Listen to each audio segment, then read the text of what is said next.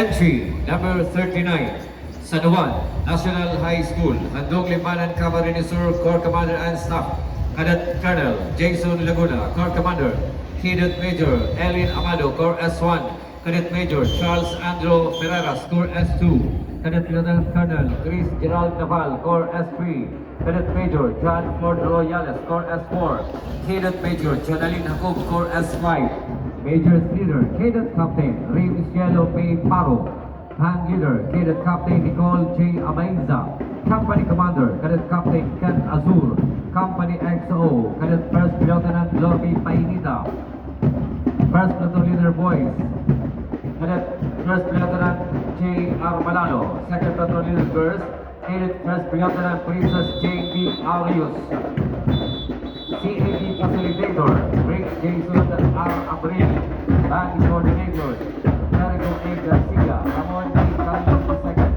Major Director, Eric A. Apasola, Martin Torres R. Nadal, Maria Joy Salvi G. David, J.J. Bordeos, Band Master, Eugene Argente and Ray Breda, Color Guard Instructor, Ronald Brian Corpus, Jump Line Instructor, Boy M. Peredo III, CAD Trainer Jericho Mancilia, Rolian Abanto, and Jerome Naval.